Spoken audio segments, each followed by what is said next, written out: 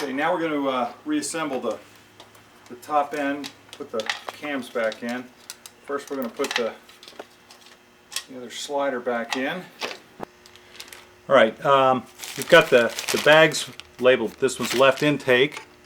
I'm going to put the buckets and the shims in. And the next one's right intake.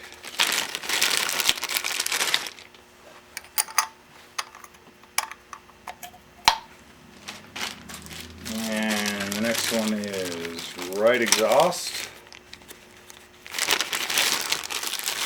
Now we put the lower cam carrier in,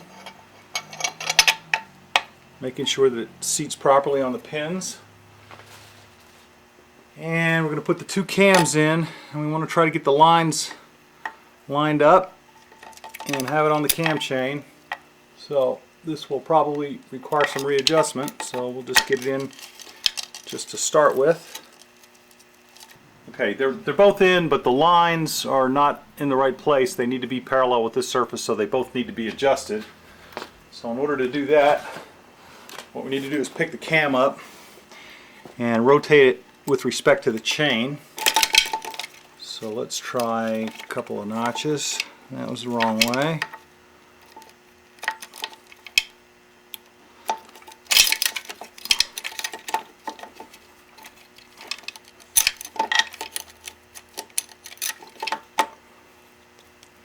Alright, they're both off. So we'll do the exhaust as well.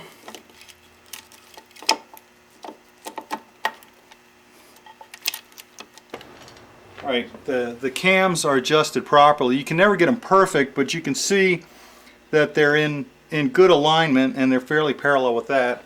So now we put the top cam carrier on.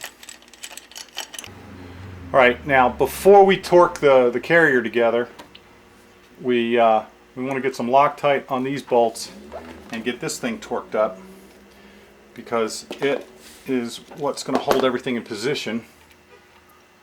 The carriers will move around with respect to each other, and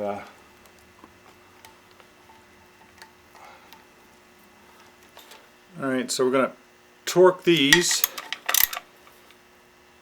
and once these guys are tight, we can go back and tighten up the cam carrier bolts. Okay, now we're going to put the tensioner, hydraulic tensioner insert in there, and I like to use some silicone sealant on this bolt instead of anything else, and just reuse the lock washer. And we'll put that bolt in, and while I have the silicone sealant out, I'm going to put a little bit of silicone sealant on the swing arm bolts, because they have a tendency to get kicked off, and if you have silicone sealant on them, I'll tighten that up in a minute, if you put a little bit of silicone sealant on them, then they're not going to jump off. So these are the little covers for the swing arm bolts.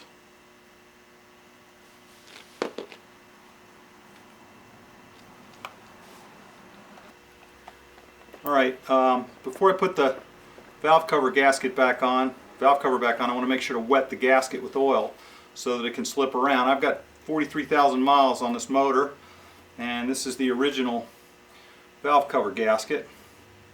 So I think this works.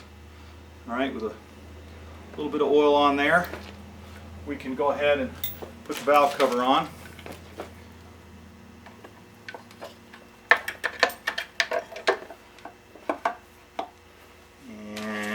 Put all the bolts in. Get them all in finger tight, just started before you torque anything down, so that the valve cover can move around to where it's happy to be. Alright, with all the bolts in and snug down, I'm going to put the final snug on them, and now the top end's together, with the small exception of one little hose that goes to the fitting here. Find the hose.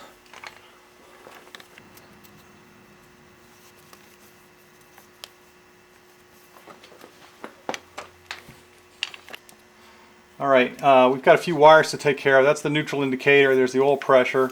So I want to get these routed where they're going to go, and pull the crank position sensor over and get it routed up. And then after we get the alternator in, we can tie wrap all this stuff together. Okay. Okay. All right. Now we're getting to the point where we're going to start hooking up a few wires. There's a connector for the temperature sensor. I've got a temperature gauge, and then here's the fan connector. And we're not going to put the spark plug back in yet because we're going to need to spin the motor to get oil pressure before we do that. Here's the oil pressure sensor with its little booty, and that's the ignition trigger. And then this wire here goes to the neutral light sensor, and this gets wadded back in here very carefully, and we'll tie wrap all this in later.